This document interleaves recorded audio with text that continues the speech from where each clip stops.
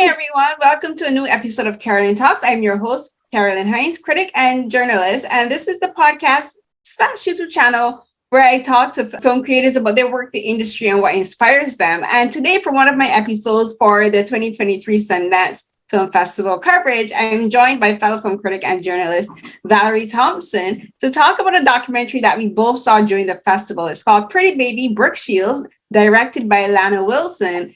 And this was a documentary. I was like, I wasn't sure if I really wanted to watch this because I knew it would touch on some topics that I knew I would be like, not necessarily upset about, but would probably like get my ire flowing. And it kind of did. There's some discussions, if you're familiar with Brooke Shields' history and her past, that if you are an adult with compassion, common sense, and a little bit of tact and taste, will upset you, and the documentary touches on that. But before we begin talking with the documentary, I'll just ask Valerie to say, let's talk a bit about your experience for this year's Sundance, because we both covered it virtually this year. We didn't attend in person. And I know that for many of us, that was challenging, but also it was also fun just to stay home in the warmth. You know what? This is the third year of virtual coverage for Sundance. I was fine with it. I still got through the same amount of movies that I probably would have if I'd been in person, maybe a few more. But yeah, it was not a bad experience. Tech-wise, I had no problems. It was it was good. Yeah, I think the platform worked better this year than it did in previous years because they kind of got the kinks started out. And I didn't have any issues like uploading films or watching them or anything. And it was good. Like this year, apparently in Utah, it was like blisteringly cold. So I'm like, I got to stay home indoors most of the time, except when I had to go outside and take my dog for a walk. But it's nice covering inside. The only thing that I really miss about covering in person is just meeting everyone in person, and getting to stand in line and talk with people. And trying out new foods or meeting new people. That's mainly one of the things I miss about in-person coverage. Yeah, me too. That is probably the only thing I miss about all the travel and all the all the time spent at festivals, because it's exhausting. Whether you're there or not, it's exhausting. I think I was doing this year at one point maybe 6 or 7 movies a day. Oh, I did not do that much. I think the most I watched in one day was 4, but I was pacing myself at 2 to 3 films a day because I was still trying to set up interviews, and then I would still have to take time to edit audio and all that kind of stuff. And then I was just the thing with watching films is like when you watch films like back to back to back, it's actually like very draining mentally, especially for us as critics, because our job is to pay attention more than the average viewer and pay attention to these stuff. So that takes more time and energy to focus. So I would be so tired. And then to take a break, I would either go outside, walk my dog, walk around my apartment, or I would actually watch a drama. Yeah. I would watch a Chinese episode for a Chinese drama or something, just to relax my brain. Yeah, right. I tried to go to pick up one of the mangas I'm reading, or something like that, or just put some anime on or something. Sometimes when it just got too much. Ooh, what manga are you reading? Spy Family. Oh, I want to start that. And I know they have the animated series. It's on Crunchyroll, I think, but I want to start because everyone says it's so cute, and I love the found family trope. It's so much fun. It is so much fun. I love it. I've loved it since I started it. I'm only on the 3rd volume, but it is so much fun. It's got a really light-hearted kind of fun atmosphere to it. But yeah, so I would use something like that to kind of decompress, because when you see something like 20 Days in Maripol, you have to step back for a minute. And that's what I did. I was like, that was so heartbreakingly disturbing. That was one I had to step back for a second. Yeah, I didn't see 20 Days of Miracle, but I did watch Magazine Dreams, and Magazine Dreams, I think of all the Oh, films that I've seen, that was the most emotionally and mentally heavy and most mentally draining film. yes, Like when I there was a point in yes, the film, like I had to take a break from it. I had to like pause it and just like walk around my apartment for like a yeah, minute. And then when it was done, I could not watch any other films until later in the night. I was like, I can't watch something else that's going to be requiring all my attention, because that film is just so, it's just so heavy. yeah, And like yeah, I think like I was saying in another podcast episode, like Jonathan Majors did such a fantastic job. And just thinking about what he himself would have had to experience just yeah. portraying this character, I'm just like, I was just like, I hope he went to therapy afterwards, because it's just so heavy. It really, I mean, that's another film that I just, um, that was a tough one. That's a really tough one. And I kept thinking, you know, much like yourself, Jonathan Majors must have been just wrecked by the end of that film shoot, because it is just emotionally draining to see that film, and to see and just to think what he put Mm-hmm. into that role. Oh my god! Yeah. I'm kind of glad I watched it at home and not in a cinema, because I can't imagine having to sit through that entire Mhm. film in a cinema. I think I would have been more tense, and it would have actually made me more emotionally drained, because it's like, whoo, there's just some films like I'm like, I think I didn't watch 12 Years a Slave in the cinema either. I waited for it to come out on DVD to watch it, and I was just so happy, because at the end of that film I was just like, yeah, no, I could not have watched this film in the theater. It Yeah, was and it's funny because we have to cover these films. We have to see them, mm, but I also understand that, and I always tell people with something like Magazine Dreams, just be cognizant of what you're going into and how triggering this may be, how upsetting this may be, mhm. and it may not be for everybody. Yep. Just because we all watched it, people need to maybe keep mind on their own mental health and their own comfort level with something like that. Mm, yeah, for sure. I said the same thing. I said for this film needs to have like when I tweeted out, I said I gave like a caution for it. I said it could be triggering for people who are sensitive to depictions of like eating disorders and Yeah, physical and physical and mental abuse, because like what yeah, he went through was just a lot. But we're not going to talk about Magazine Dreams, but we are going to talk about another, like I mentioned, like Pretty Baby, Brooke Shields. Like it does, this film also does touch on some topics that I think, not necessarily, yes, I'm not going to determine for anyone that it's not that it's going to be triggering per se, but it does talk about the sexualization of children. And this is something that Brooke Shields, as well as Drew Barrymore, because she also had a couple like yeah, cameos in the documentary, because she's one of Brooke Shields' friends, and she spoke from her perspective of growing up in Hollywood at that time, where they like that they're like, just the title alone, Pretty Baby, comes from a 1978 film that Brooke starred in. It was her first leading role, 11 years old. And I remember I saw that film years ago when I was young.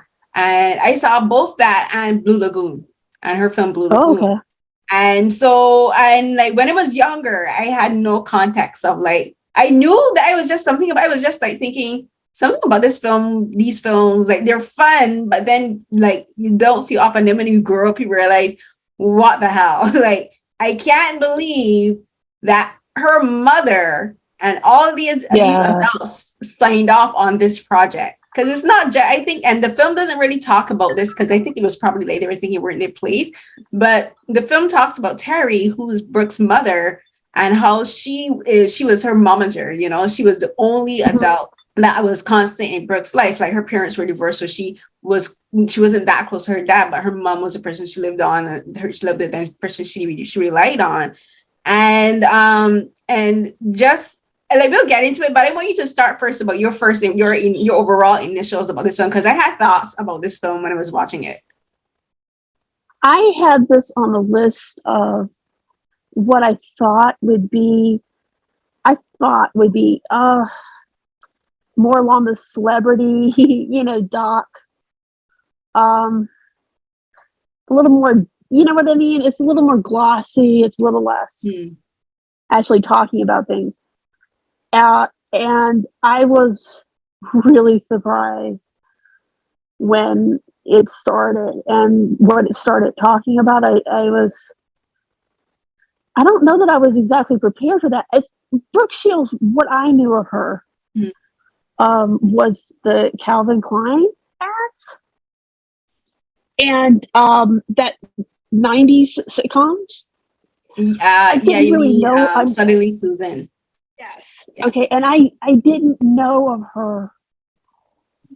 If I had heard about those films, I certainly didn't, it wasn't something in my mind. So I more knew of her as this model, comedic kind of actress a little later on. And so when we jumped into Pretty Baby and Blue Lagoon, that was not what I was expecting. Yeah, you like as I said, I knew about Pretty Baby and Blue Lagoon, but I didn't realize just how sexualized she was as a child. Because if you look at it, because the thing that was occurring to me with the film, like she wouldn't have been cast in those Calvin Klein ads if she hadn't been in Pretty Baby and Blue Lagoon. And the reason for that was, and I'm like, shame on Calvin Klein, honestly, shame on him, because he purposely went with a provocative ad campaign. And he didn't go for an adult. He didn't go for an adult model. He went for a young teenage. Oh, he knew what he was doing. He knew exactly what he was doing. And he was completely unashamed about it, because she was 14 at the time. She wasn't even 16 or 17. She was 14 at the time when she started doing the Calvin Klein ad campaigns. And he purposely went for this girl who he knew was sexualized already in film and in media. And like, that's where, and when the film, I think the film very smartly draws a line and a correlation between those two particular situations, like the Pretty Baby, Blue Lagoon, and then the Calvin Klein ads. And then right in between that, there's another film that she did called I think it's like Endless Love, I think. And this is another one where Brooke herself, she's very young. She's like 15. And she has these male filmmakers, for one thing. They're all male. Yeah. Like Louis Malle, who was the director of Pretty Baby, was male. I can't remember the name of the director for Blue Lagoon. But then then the other director of Endless Love is male. They're all white male. And then there's Calvin Klein's. And they had those four projects has such a significant impact on her life and Brooke doesn't really say in the film, and I could understand she doesn't really say, because this is still her mother and she still has a lot of stuff that she's processed with her mother. But the entire time I was watching this documentary, I was like, her mother never once protected her. No. Her mother never actively protected her, because if she had protected her, she would have never allowed Brooke to do these projects. And even if she did them, she would have drawn clear boundaries about what was allowed. Like with Pretty Baby, like she's playing a child who grew up in a house of prostitution, like these sex workers. And they're saying, oh, this is how it was in the early 19th century in like Europe and America. Fine, well and good. But like, again, the director could have cast like older female characters. He could have cast someone who was older but looked young to play this lead character. But no, he's like, he wanted the child, because at that time you had children in the house working in these prostitution houses. What? And her mom, like, there's a scene, the thing that really upset me with the whole situation, there's a scene where Brooke, as a child who's never been kissed, she's 11 years old. Oh, yes, I know what you're talking about. Oh. Yes, goaded and browbeaten into doing a kiss scene with the lead actor, who's a grown man, Keith Carradine. When he tells her, oh, it's just imagination. It's just, this doesn't count. I was like, what? Oh. When I tell you my blood was boiling, I actually had to pause it at that point, because it was just like, no. And it was like, shame on you, Keith Carradine. He deserved a beating, because I'm like, he didn't need to actually kiss her. He could have told the director, I'm not going to do this kiss scene with this child. Yeah. And he didn't. But the fact that he pulled her aside and said that to her, like, oh, it doesn't matter. This is all make believe. This doesn't matter. I'm like, no one, and then the other female lead in the film doesn't even really go into it. But again, she's literally the only child in this entire set. And the other female lead is Susan Sarandon. I'm like, you mean to tell me none of these adults would have stepped in and said, this is inappropriate. This is inappropriate to film. This is inappropriate to do. This is inappropriate to have this child doing this. And her mother never wants. Her mother thought it was fuck. Her mother is like treating her like she's an adult. I'm like, she's not an adult. She's a child, right? And I just saw this entire thing as an example of mothers who they try to get their live their dreams through their children. And that's one of the main things. And this affected Brooke's life, I think, a lot for well into adulthood, and it's still affecting her because even when she's talking about these things, like she's still discussing it. I mean, when she talks about her first sexual experience and her reaction to it, and after she has sex for the first time, losing her virginity, and she runs out of the room, and she's like, I'm thinking all these things about my body, and my body, my own, and things like that. I mean, that's a direct result of everything that she experienced up until that point. And to hear that someone hear her first sexual experience was like that was so sad. It was I felt both happy for her that she had gotten to the point to feel like her body was her own, but also so sad that a moment that should be very special also became very frightening for her in a way, I guess, or confusing. Yeah, and I think a lot of it has to do with the pressure on her, not only being a virgin, but also talking about her virginity, because something that she talked about that was, and it was a big part of her pop identity at that time, which is so weird, is her virginity.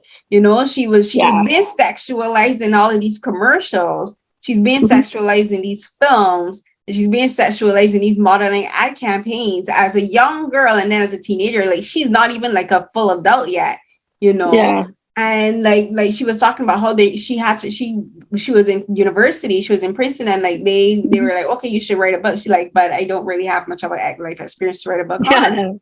And one of the things was like, and like I think she said it was her mom's idea, like to add in a part about virginity.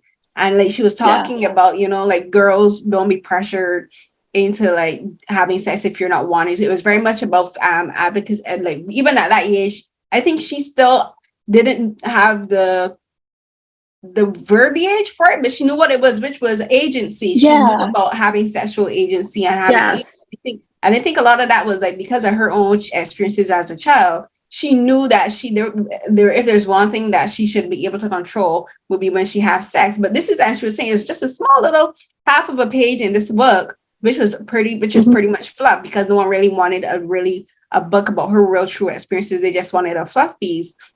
And like people, and she was talking about, it was how the media latched onto this one part of this book, and they just kept talking about it, asking about if she was still a virgin and if she's dating someone, if she has sex. Something like it's so invasive, So when she does have this first sexual experience, she has all of this trauma and all of this in her head, right? Mental identity with it, and she just runs out the room. And luckily, the person that she does that, and luckily her boyfriend at that time, she was like, he came up to her afterwards and he comforted her and said, I'm still here with you. And at least she had at least the person that she did eventually have sex with was aware enough to realize that she was panicking, and he didn't like make her feel bad about that. But what this film, what her story, I think, would relate for, I think would touch a lot of women, like for us, like is how it talks about how from very young girls are conditioned to expect their bodies to be seen as sexual objects, and how that affects us as adults. Because I was thinking, like, she was born in 1965. Pretty Baby was done in 1978. The Calvin Klein ads came around 1988, somewhere around there. And it was just a series of ads too. It was like he was trying to do this artistic vignette of commercials and training about it's art. I'm like, no, this is the art. This is softcore porn. Let's be real. because he has her doing these sexually suggestive poses, talking about evolution and all that. Like, it doesn't matter if she's talking about evolution. One of the poses that she's doing are sexually suggestive poses, and she's 14, 15, 16 doing these. And it just made me think of how even today we still have young girls doing these very sexually suggestive, if it's not ads, it's even in TV shows, like people say, oh, this is how teenagers are in real life. But no, most teenagers aren't having binge drinking parties. Most teenagers aren't walking around wearing like Prada. Most teenagers aren't having sexual orgies. Like, they are sexually curious.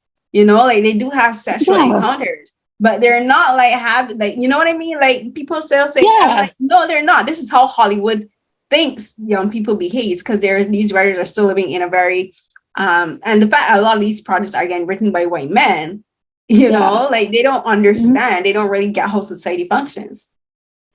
And the documentary itself talks about this towards the end, about how young women on social media are falling into some of the same traps that Brooke did, as a very young girl, and that's one thing I was thinking when I was looking at it, is I hope that a lot of young women, a lot of teens look at this documentary, because, you need to understand what's out there and what's going on, and be mindful, be mindful of yourself, be mindful of who might be watching your content. And I was really happy that they addressed that at the end, but also really sad that it seems like we haven't moved any further. It's just a different medium. It's just a different medium. Like, we haven't, and I think it's because we as a society has fooled ourselves. We think we're more knowledgeable. We think we're more technologically advanced. We have all of these words now about agency.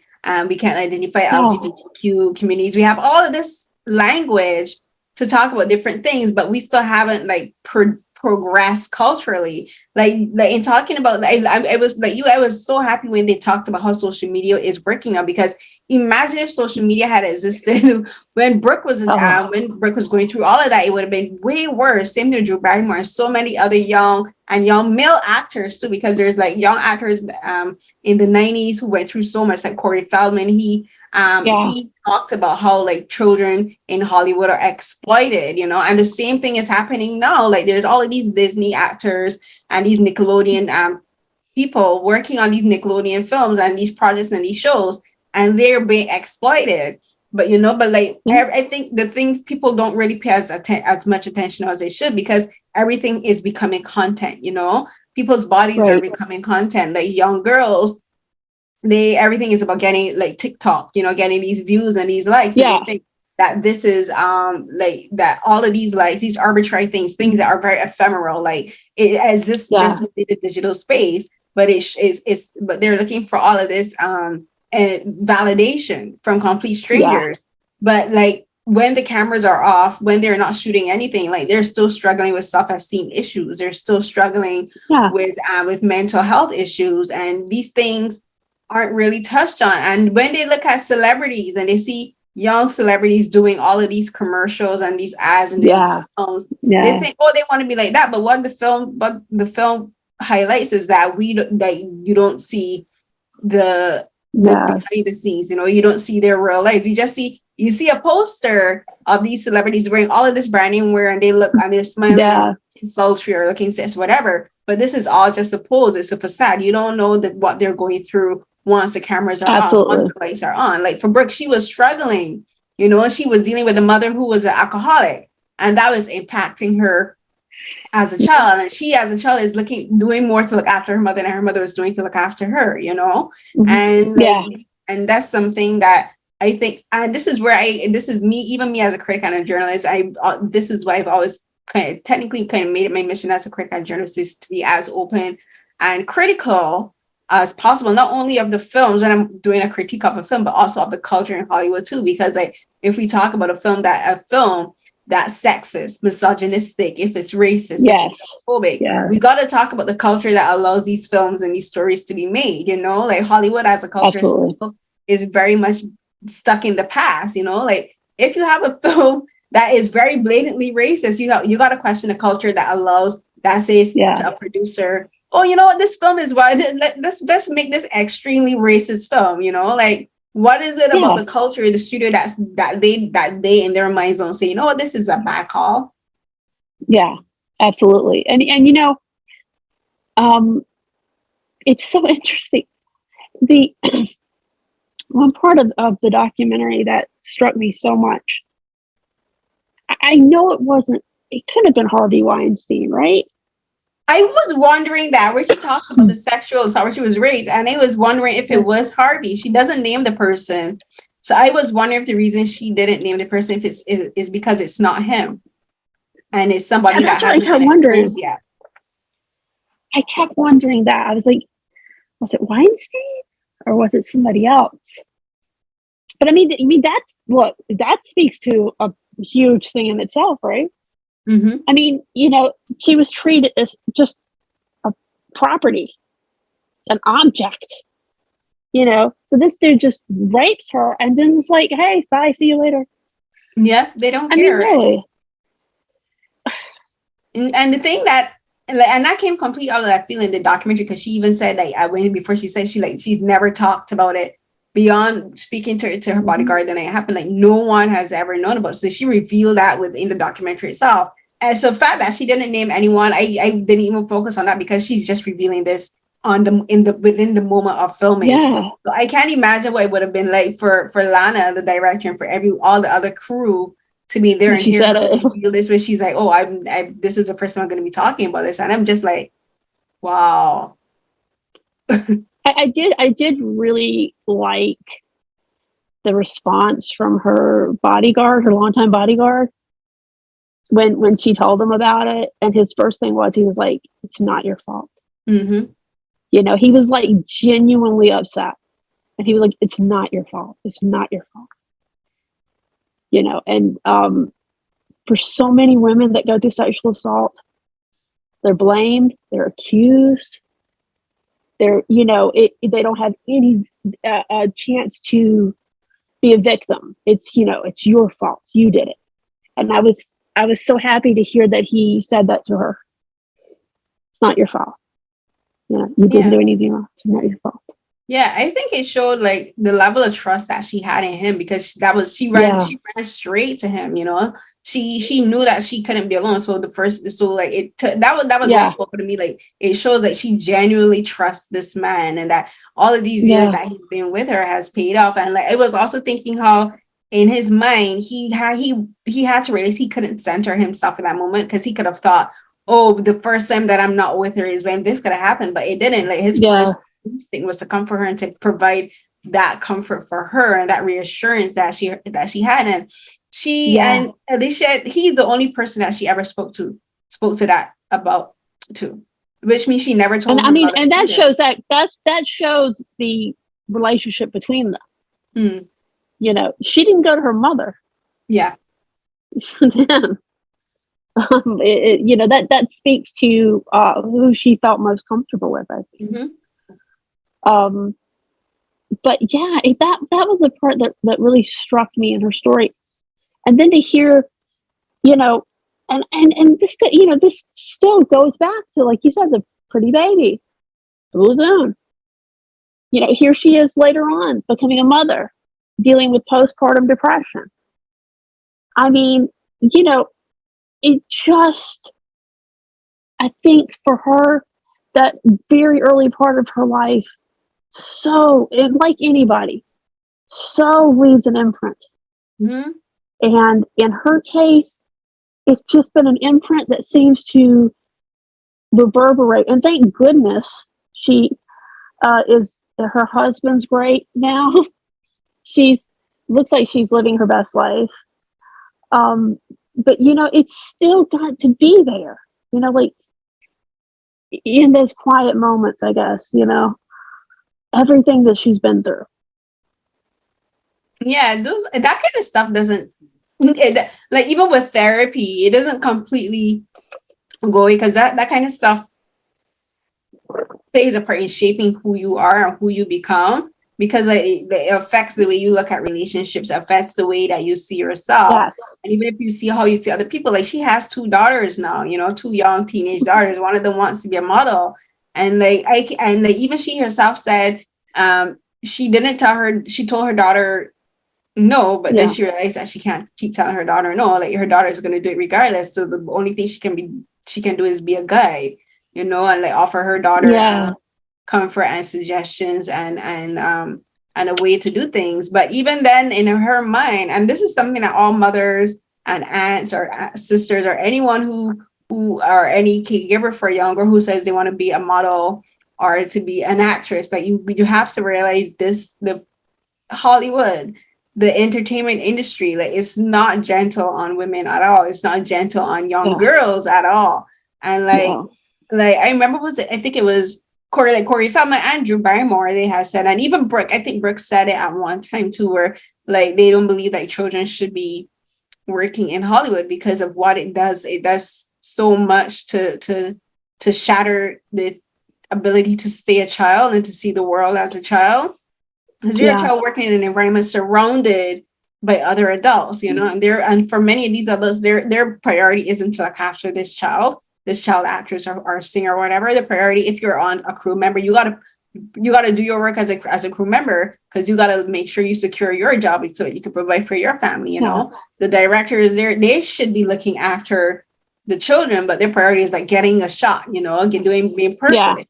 She was saying, like, for Pretty Baby, the director kept hounding her to do the kiss, and then even on the scene for Endless Love, like, she like the toe, right? The toe, her toe, like, he twisted her toe because he wanted her to look like she was in ecstasy. But the film also, to me, also highlights how men don't really care about women's perspective with regards to like sex or sexuality or femininity or being sexy. Because, but I mean, how fascinating was that he was using pain, right, and saying it looks sexy to create the look of pleasure. That was, I mean, I was blown away by that. Like, that he would think that pain equated to the look of pleasure. Mm-hmm. That's Hellraiser level stuff, though. It is. And the fact that, again, these films aren't ever made for female audiences. They're made for male audiences, and it just shows you how these men, if they think that other men are going to find a girl, and she's not a woman, she's a younger, she was about 15, 16, portraying a girl losing her virginity and having her very first sexual experience, and as you said, equating pain with pleasure, and then thinking that other men are going to find this pleasurable. It creates this distortion of what pleasure is supposed to look like for women, and it teaches men how to devalue women, and it teaches young men how to devalue young girls. Because like I it's not the object of the documentary, but I would have loved to know what her co-star thought in that moment, what her co-star would have thought in that moment. Like he's supposed to be having a pleasure experience with this young girl, with his co-star, and the directors, they're twisting her toe on her foot, putting her in like pain, making her foot swell up so he can think. I'm curious to know what he would have thought in that moment. But again, it's about making the female body an object for male desire. Same thing with the cabin. I mean, if there's anything good now, I don't think that would have happened, because we have on-set intimacy coordinators and things like that. Thank goodness. But at that time, it was kind of anything goes. Mm-hmm. If the director wanted whatever in the scene, well, then that was what was going to happen. And like I said, I think that's one of the really good things about having intimacy coordinators now. Kind of control this situation, especially, it would not be a 16-year-old girl. I don't think. No, I hope not. You would hope. I would hope not. But for adults, doing these kind of scenes, it is a little bit more of a safety and a cushion that she didn't have at that point. But intimacy coordinators are still very kind of rare, aren't they? Like they're still not utilized on every film set. They're still not utilized on every show because a lot, especially shows like Euphoria. Like, yeah, I got my issues with the director and writer, the main director and writer for Euphoria, and he has a new show coming up too. But again, centered on young women. Like, I don't know. I saw like, and I'm like, yeah, I don't know. I don't know either. But for films like this, for documentaries, these documentaries I think are not only important because they're telling the lives of these celebrities, and like people say, why do we need to know a documentary about a celebrity or whatever, like if they write about whatever. I think the important thing for documentaries is like to show people like we were saying, like everything isn't glitzy and glamorous behind the scene. You know? Her story is just one of many, you know. And for Brooke in particular, she was the face of like literally considered the face of an entire era at one point in time. Even growing up in Barbados, like we saw the Calvin Klein ads in like the local Cave Shepherd, the Calvin Klein clothes were worn in like people's magazines, you know, like all of these magazines. So like she was considered the most beautiful person at that point in time, and she was still a teenager. And I think is like for a lot of us who grew up seeing her at that age, I kind of grew along with Brooke. Like we can get to see the real Brooke behind the scenes, but it's also for a lot of, like you were saying, a lot of young girls, especially I think in the industry, who want to be like her, or who are thinking like if she did it, like it wouldn't be a problem for them. But like she's saying on this documentary, it was a problem, and it is still a problem because it's affecting her life. And at a time it went away. And the other thing with this documentary is like as like the first half, because it's split up into two parts, but they showed it as one. The first part talks about her life as a teenager and how she went through stuff in Hollywood, but then the second half is about her more as an adult and like how she went to school, once she went to university at Princeton. Like she couldn't get as many jobs afterwards. And because like people didn't want to bite into the whole, she's educated now. She's like, I'm not just my face. I have a brain too. And the film, again, like this is, I think Lana did such a fantastic job, like charting the course of this film, because it shows how, again, so people started to devalue Brooke because she wasn't doing the whole sexy persona anymore in like magazines and stuff. So like they didn't want to value her for her brain. And then when she got older, when she wanted to be go back into acting full time, she couldn't get roles because people didn't like. People were like, "Oh, you're not sexy anymore." And it's like, why is she's a full woman and she's still attractive and she's still sexy? Why are you equating her youth? It was like, I mean, she was going to college, and she's like, they're like, "Oh, we've already replaced you." What? Within a couple months. I mean, like, you know, she'd have probably been like, 22 when she got out of college. And they're like, "Oh, we moved on." What? Yeah. And then when she started to do Selling Susan, like she struggled a bit at the beginning because like she was like, I'm funny. Like she could do comedy. And she was like, and people were saying, "Oh, but you're not like sexy comedy." But she's like, but women can be funny. I can be funny. I'm a funny person. Yeah. And again, it's about how Hollywood and how society views attractive women too, or what they consider, what's the word I'm looking for? Traditionally attractive, where like women aren't expected to have a full spectrum of a personality. She's not expected to be sexy and funny. She's not expected to be sexy and smart, you know? She became a mother, also she can't be as sexy and a mother. We're not allowed to be in different boxes, right? So if you're smart, you can't be pretty. If you're pretty, you can't be smart. If you're pretty, you can't be funny. If you're smart, you can't be funny. You know, like it's like all across these weird spectrums.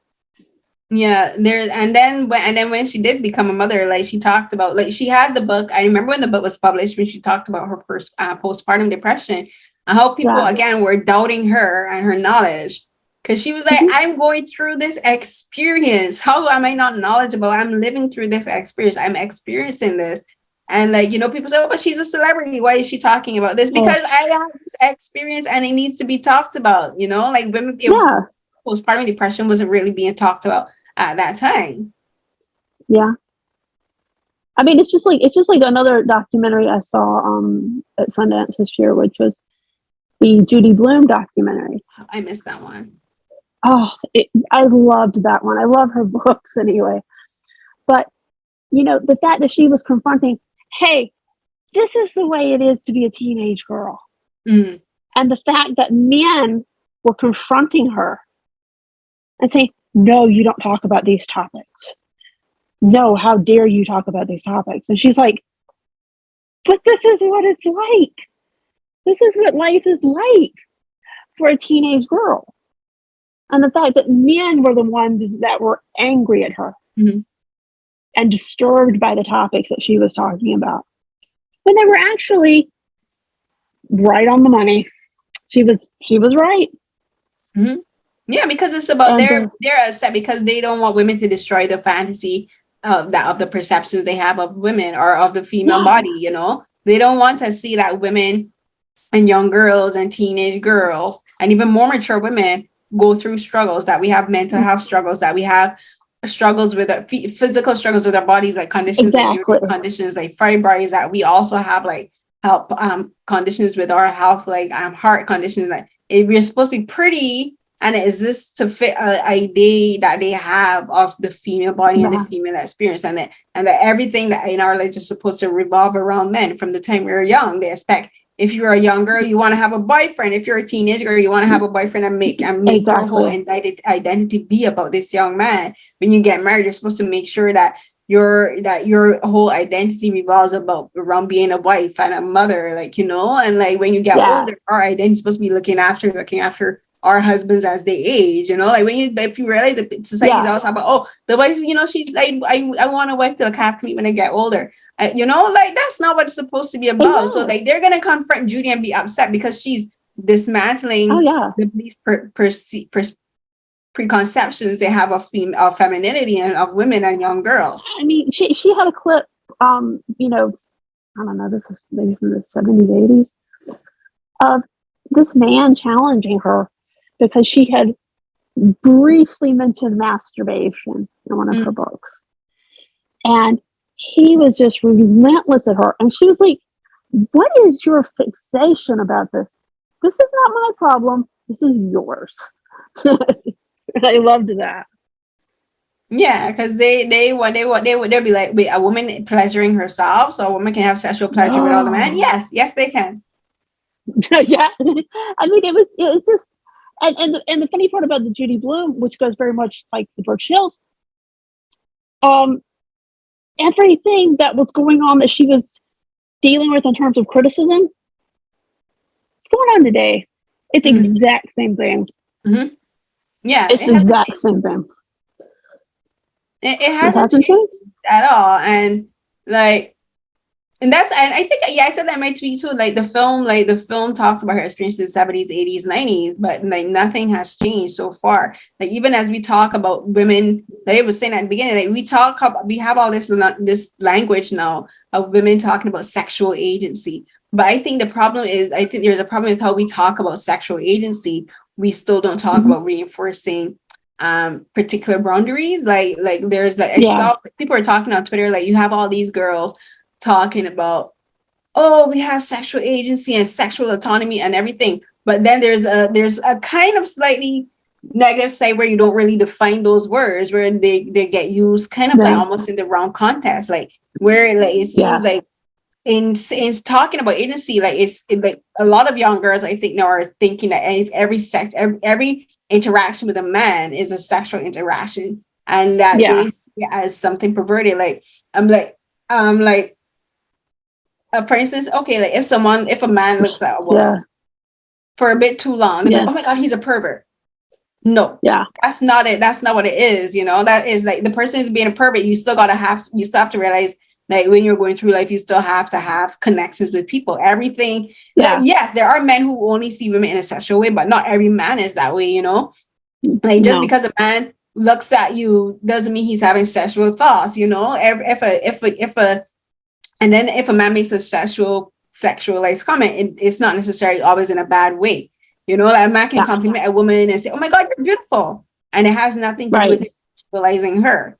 It has nothing to do with him sexually. It's just like he's acknowledging that she's beautiful. But then there's the discussion where a lot of young girls are taking that and running away with it. They're like, "Oh my God, like you're just sexualizing me as a bit." And like, there needs to be a discussion about that too, about how like in having all these conversations about agency and all these things and boundaries, which are necessary, which are good, we have to also teach young girls and young boys how to have just regular interactions with people, and that's like, there was a whole Twitter discussion about using the word stolen mascara or stealing mascara as a euphemism for sexual assault. Like, who in their right mind would ever associate the phrase stealing mascara with sexual assault? I had never heard of this term either until the thing the other day. I had never heard that term. If somebody had said stealing mascara, I'd have been, I think it literally stole mascara. Yeah, exactly. Right. And then there's also like and I was talking with a friend about this, is how, and especially I think like we were talking about this earlier too, like how social media, like the film does touch on social media, how a lot of what Brooke was experiencing kind of ties into social media now, how social media is causing a lot of young people to view their bodies and view sexual interactions with other people and just regular everyday interactions with other people from a very narrow context, and using like the whole steal mascara, like because so much of their life is existing online now. So much of their interactions with other people is online now. They think that every person that is online understands this vernacular, and like, no, that's a TikTok thing where people on Twitter and Instagram are like, "What are you talking about?" This and like that, like it's not correlating. And then also, if you're like, then there's also the thing where they're like, you can't use words. They're censoring almost every word now, where you can't use words like rape. You can't say rape. You can't say the word suicide. You can't say sexual assault. You can't say rape. You can't say like, and I can understand where there are times where you would use a word like on a live as a replacement for suicide, if you don't necessarily say sexual assault, but they're censoring everything, and that in itself is doing harm to society and is doing harm to themselves. So because you can't be afraid to name the thing what it is. If something is sexual assault, do not be afraid to name it as sexual assault. Because you're taking away the power from the person who's experiencing this to give voice to this thing that's bothering them. You're also taking away their ability to identify what has occurred to them. But if you want to file a police report, you're not going to go into a police station and say, "I want to file." Someone stole my mascara. So it's not going to work. it's not going to work. So I think it's like that's why I'm glad the film like very cleverly tied in how social media is playing a part in these discussions with sexual autonomy and sexualizing on people too. And the interesting thing, the way they bring it into is Brooke talking to her young daughters, and her young daughters talking about what they show, like what they choose to show of their bodies on social media. Right. Right. And I mean, I think it's very different conversations here. When we're talking about preteen girls and teen girls and then adult women, I think there are some differences here along the way, especially with preteen and teen girls, that, they need to understand, yes, your body is your own, but you need to understand at your age what you're putting out there. Mm-hmm. And what you're engaging in is maybe not reaching the audience you think it is. Exactly. And that's scary. And, I can't imagine being a young woman in today's thing, because, people want you to, over sexualize how you dress, the kind of content you put out. I just can't even imagine. Yeah, but it's not only about having an audience that you don't want seeing you. It's also in putting their bodies out there. They're also asking, others saying, looking for validation from other people, but that also can. Yeah.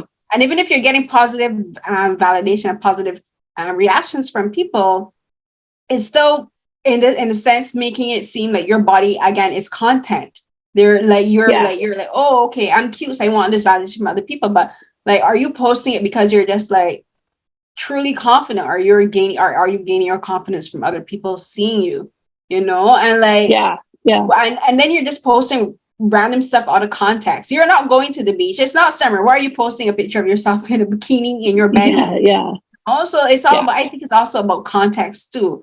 And that's how the discussion around content, I think, also needs to shift, where you talk about context and how a lot of young people are beginning, even adults, because there are a lot of women on social media that do the same thing to Instagram models or whatever, where they're and I'm not talking about sex or anything, but they're just like seeing themselves as content. Their identities, their bodies, who they are, is being commodified.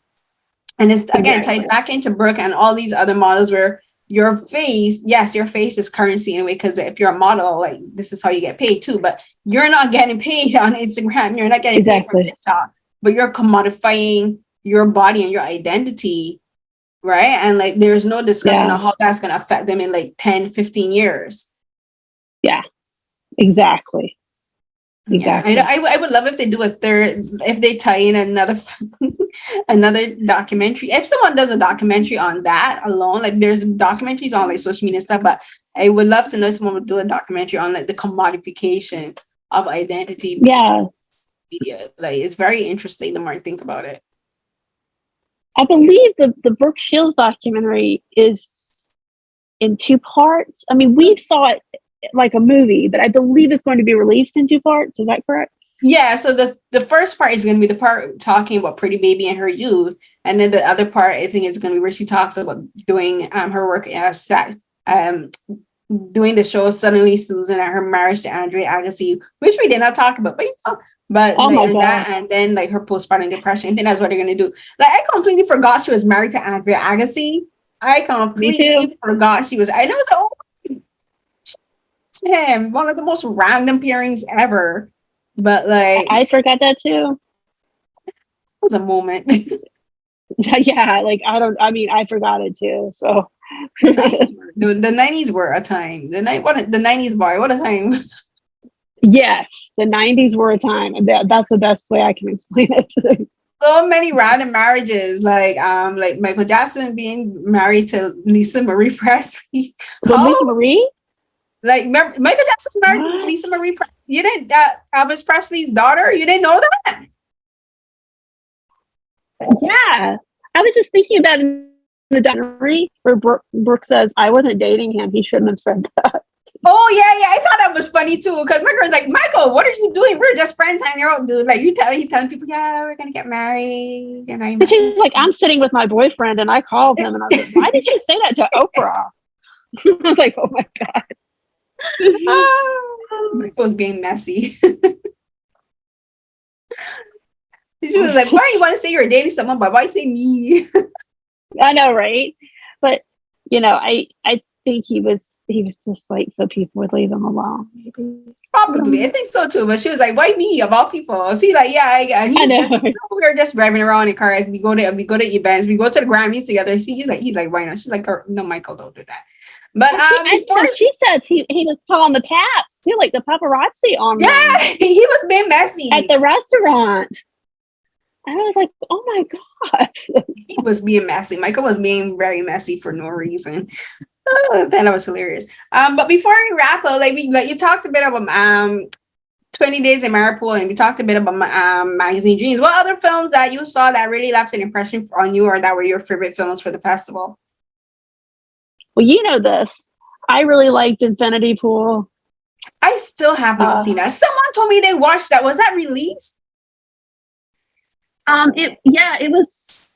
It's in theaters now. It's in theaters now because someone in my Discord mentioned it. I was like, was someone mentioned this to me? And I was like, is it theaters already? Yeah. I think like the Sundance was kind of the premiere.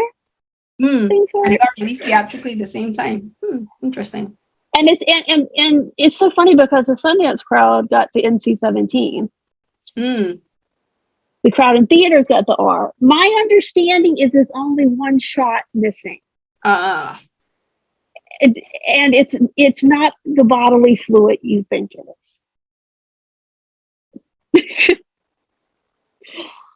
But I really liked that. But I like Cronenberg. I like Cronenberg Sr. I like Cronenberg Jr. I thought Theater Camp was fun. What else stood out to me? I thought the Michael J. Fox documentary was a really well done. I really like that one. It was very different. Little Richard documentary. Wow, that was really good. I liked that one a lot. That one made me cry. Like, he's also very funny, but it made me cry. Like the part where he went up for the award, and that was the only award he ever received. And he was talking about, I've given all of my time to that, and you guys never acknowledged me. That made me cry because I'm like, he went through so much, and this was the only acknowledgement he got in his entire career. I mean, the poor thing. He was supposed to be in the induction of the first Hall of Fame. And he has a car wreck. I mean, his life was like so much bad luck. Mm-hmm. His father was shot by his friend. I think his brother was shot. That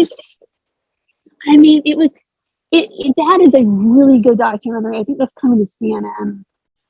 Don't quote me on that, but yeah, I think it is. But that one I would highly recommend. Mm-hmm. Talk to Me. I really liked Talk to Me. That's a horror movie. I didn't get to see any horrors this time around. I thought Birth Rebirth was interesting, but Talk to Me was my go-to pick of the midnight section. What else did I like here? I'm looking at my list of movies that I watched. I think those are my favorites that I would absolutely recommend to somebody. Kim's Video was pretty interesting. That one was pretty interesting. It took some turns I wasn't expecting, but as a rule, that would be the ones I would recommend. Yeah, this time around, I didn't get to see any horrors. Like the last thing we were supposed to do, and this was the last one, as we were supposed to talk about this movie where we were just like, this stuffed bunny is the reason for all this mess, and we got to do our recording this time. Done with the stuffed bunny. Done. Nunzi, right? Anybody remember the name of the movie, but I remember that No Evil. bunny. Speak No Evil, which I believe is still on Shudder right now. That bunny rabbit. I swear to God, that bunny was cursed. I think that bunny was cursed because that was like, this bunny is everything that's happening is this bunny's fault. Somehow, some way, it's this stuffed rabbit's fault. But yeah, no, I didn't get to see any horrors this time, but that was an unconscious choice. It was just like I had to make some choices between one film or another, and like most of the films I ended up watching was the dramatic features and the documentaries. I think I watched more documentaries this time than I did the last festival. Like for me, it was Pretty Baby Brooke Shields. Still Michael J. Fox movie. That was really good. I like how they used footage of his past because and I think they were very smart to do it because he can't talk as much as he was able to do. He can't reenact certain scenes. So using footage from his past projects, like the shows and the films, and I think it was so fascinating how they found dialogue to match every single thing that he was talking about within the documentary itself. Like if he's talking about being disabled, they found some line of dialogue from the show to match it up to what he's talking about. And I thought it was genius. And it also meant like they had. But it's still really heartbreaking though. When he falls outside his apartment with his trainer, I was like, oh no. I know, but I love his humor because even in that moment he was like, you knocked me off my feet, and I was like, I laughed, but I related a lot to this. I thought it was just so cute, but I also related a lot to it because as you know, I have MS, so I always think about how one day I might not be able to like fully walk on my own. I might need a walking aid or my walk, I do have instances where I trip. I might trip sometimes. I lose my balance and I get because I also get really bad vertigo too, and my hands tremble and that kind of stuff. So like I related a lot to him and like his diagnosis, where it's like you don't want to tell anybody. Like when I was diagnosed, I didn't tell much people. I think I the first person I called home because my mom was actually here in Canada at that time. So I called home and I talked to my mom and my sister, and we told my brother, but we didn't tell much people for a while. And like and it's just that you don't know how to tell people. So I like related to that and that kind of stuff. But it's a really good documentary. I also really like the one Hidden Beauty about Beth Ann Hardison. Like she's something else. Her and the Nikki Giovanni documentary was really good. And I actually thought her and Nikki, if you put her and Nikki Giovanni in a room together, the two of them would be hilarious because they're very cut and dry. Like they tell you the truth straight. They don't. They're like they reach a point in their lives. They're like they don't care what anyone thinks about them. So I was like, if you put Beth Ann Hardison and Nikki Giovanni in a room together, it would be chaotic and hilarious. Yeah. But those are some of my favorite documentaries. And for the features, I really like Girl, and Rylane, and let me see. I started watching Drift, but I didn't get to finish it because I had to do an interview and the time ran out. So I missed like the last 20 minutes of Drift. And I also watched 1001. That was really good. Everybody loves 1001. It was really good. This is Tiana Taylor's first major role, and she did so good. I'm so proud of her. It was really good, and the ending was just like my heart. But it's really good. Yeah, I think that's it. So I think we're gonna wrap up here. But before we go, as usual, I like to have everyone, my guests, say where people can find you and find your work. So Valerie, tell the people where they can find your writing. You can find me on The Playlist and Looper. Yay! Are you? I'm also on Twitter. Sundance? Yeah.